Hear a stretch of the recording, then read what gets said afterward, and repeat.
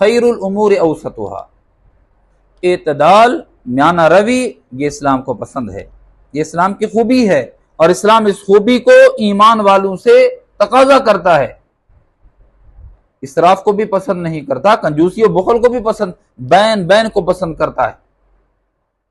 تفسیر ابن کثیر میں حدیث درج ہے کہ نبی کریم صلی اللہ علیہ وسلم کا ایک رات گزر ہوا حضرت ابو بکر رضی اللہ عنہ پر کہ آپ قرآن پاک کی تلاوت کر رہے ہیں اور پست آواز کے ساتھ تلاوت کر رہے ہیں، گزر گئے۔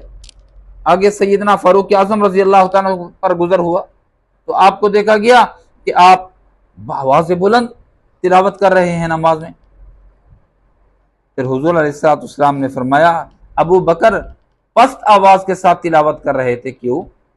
سیدنا ابو بکر صدیق رضی اللہ عنہ عرض کیا یا رسول اللہ، جس سے مناجات کر رہا تھا وہ تو سرگوشیاں بھی سنتا ہے، دلوں کے بھید بھی جانتا ہے، اس کو بلند آواز سے سنانے کی ضرورت کیا ہے؟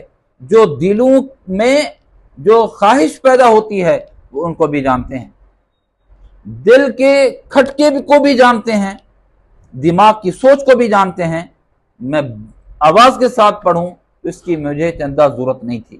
تو نبی علیہ السلام نے فرمایا ابو بکر قدر بلند آواز سے پڑھا کرو۔ عمر تو زور سے کیوں پڑھ رہا تھا؟